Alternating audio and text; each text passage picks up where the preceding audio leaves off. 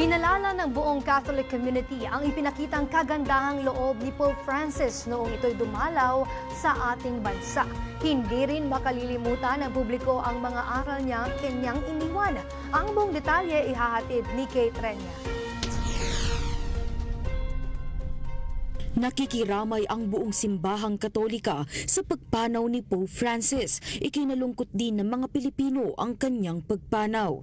Bilang isang Katoliko, nalulungkot kasi siya yung parang ama ng Katoliko sa Pilipinas. Siyempre po, as a devoted Roman Catholic, malungkot kasi siyempre he is our church leader sa and yung mga inspirations ni Pope Francis kasi tumatak siya sa amin sa mga, particularly sa age group namin mga Gen Z, no? So for me, isa siya sa one of the most influential people ng sa panahon natin ngayon, Inaalala rin ng mga Katoliko ang mga tumatak na pakikisalamuha ni Pope Francis noong ito ay dumalaw sa bansa. Yung pagbisita niya dito sa Pilipinas, lalong-lalo na yung mga sa Yolanda.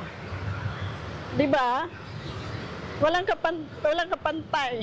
At saka, nung time na yon, basang-basa kami talaga. Nag-sacrifice kami para lang sa kanya. Yung kanyang pagiging open sa pakikipag-engage sa mga tao, kitang-kita mo, nilalapitan niya talaga yung mga tao. At pagpunta niya doon sa Tacloban, nung ito ay sinalanta ng napakalakas na bagyo.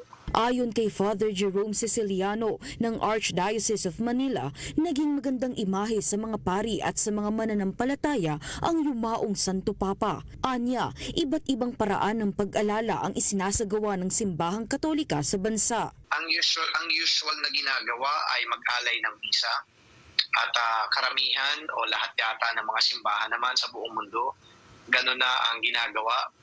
At yung iba naman nagbi-vigil. Dagdag pa niya, mayroon ding exhibits na ginagawa para sa mga gamit ni Pope Francis.